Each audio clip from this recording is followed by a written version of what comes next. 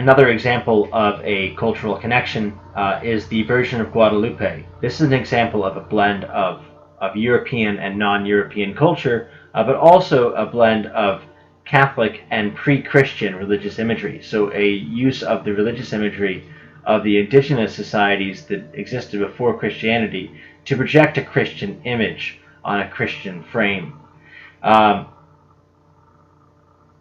This is an example of a blend of culture. The map is another example of a blend of culture as well.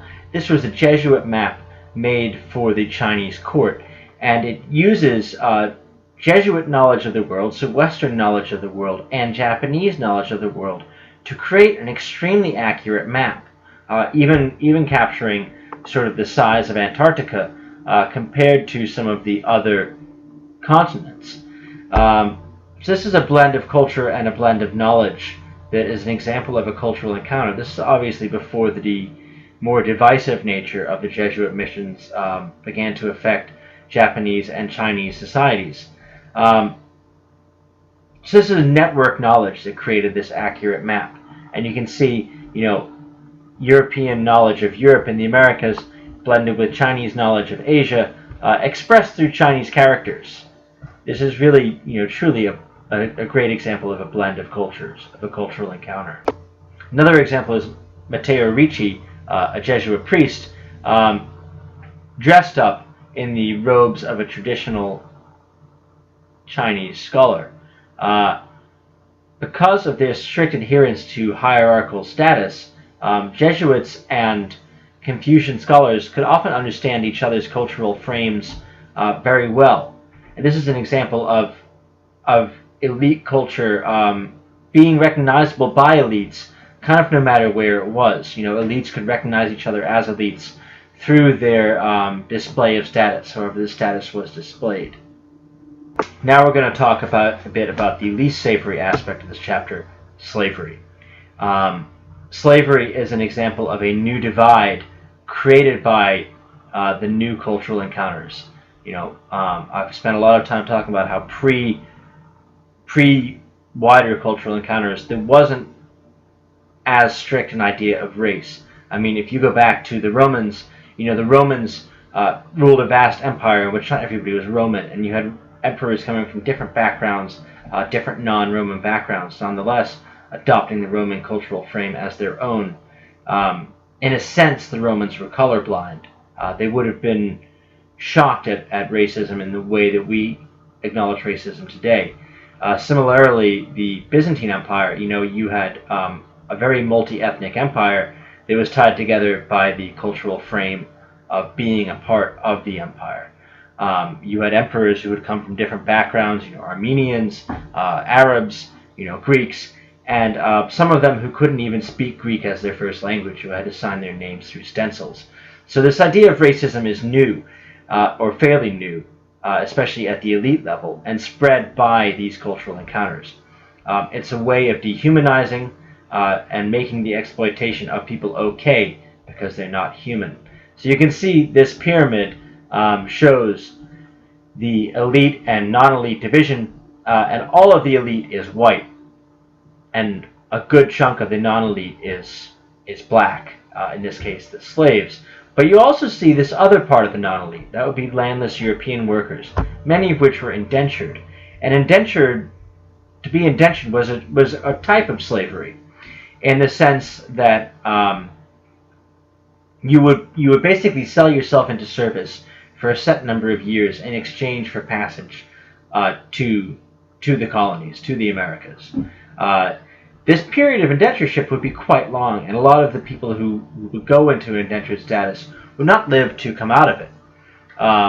Usually it was about 7 years, but it could very well be longer depending on how much money you were sort of leveraging yourself for. And even though now slaves are still serving an economic function, slaves are still linked to status. You can see that most of the landowners in the elite would have owned slaves, whereas none of the poor whites would have. So you still see this link of slavery and status. Slaves are not traditionally black, but slaves are traditionally the other. So even while there isn't necessarily, slaves can only be blacks and all blacks are slaves, in a traditional society, there is still an element of slaves being the other. In medieval Europe, the vast body of slaves came from the Slavic peoples, which is actually where we get the word slave from. This wasn't racist so much as that the Slavs were kind of easy pickings. They were less organized societies than the Europeans. But nonetheless, they were an other, and they would be more readily enslaved than people from their own society. In Anglo-Saxon England, the word for slave is actually very similar to the word for Welsh. So you can see within that society a cultural divide as well. Not necessarily a racist one in the sense that all Welsh are slaves, but certainly a correlation between the other and slavery. It was easier to enslave the other than people of your own cultural frame. Before I have to wrap up, let's talk a bit about the scientific revolution, which came out of the Renaissance and was a part of this revival of Greek learning that was prevalent in European societies at the time. Officially, this linking of Greek learning is linked to the fall of Constantinople, which was kind of the last, bastion of the Byzantine Empire in the East. And when Constantinople fell, all the Greek scholars who had patronage under the emperor fled west, bringing the unbroken heritage of Greece and Rome with them. And a lot of the, documents that had been lost to the west came with the scholars. But this flight of scholars west had actually begun almost 200 years before the actual fall of Byzantium, due to sort of a slow decay in that society.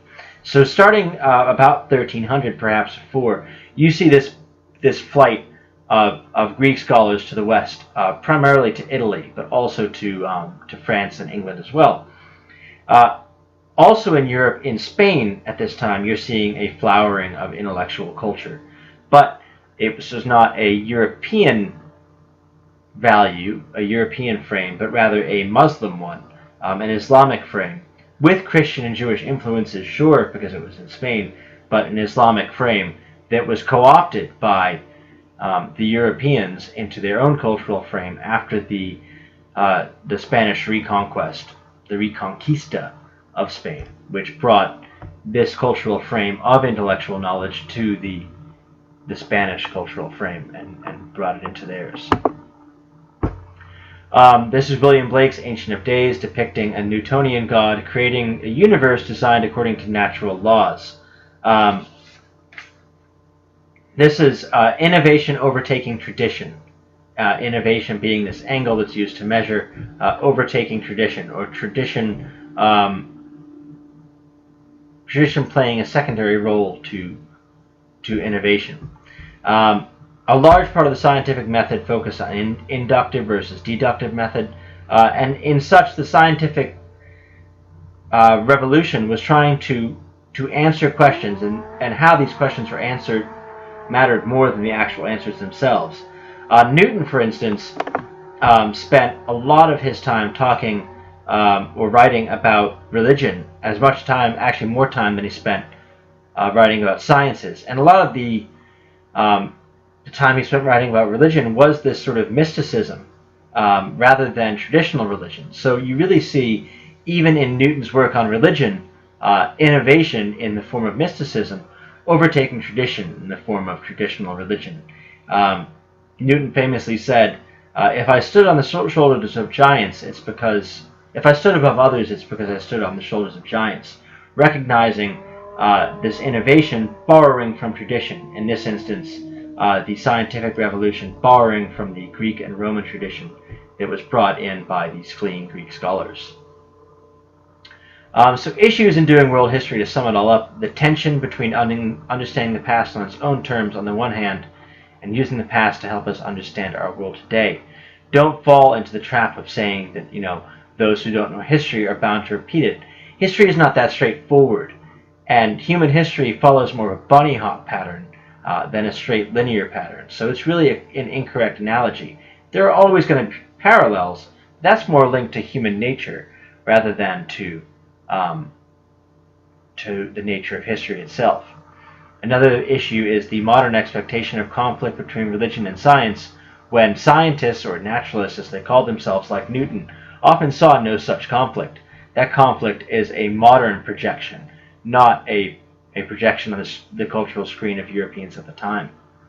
A division of how things work and why, the deductive versus inductive method, how to answer questions. On the other hand, you do have famous disputes between religion and scientists, Galileo and Darwin, but this did not mean that all of the practitioners of sciences during the scientific revolution saw a conflict between religion and sciences. We're using these disputes to project our own cultural frame onto our ideas of religion and science, and trying to project our ideas of religion and science onto their culture. This brings me to my last point, to be careful about projecting our own cultural values, our own cultural frames and screens onto a pre-modern culture. This is famously a historian's fallacy, the projecting of a modern frame or screen onto a pre-modern society. I alluded to this earlier with the noble savage, and that's one of the issues of world history we need to be aware of.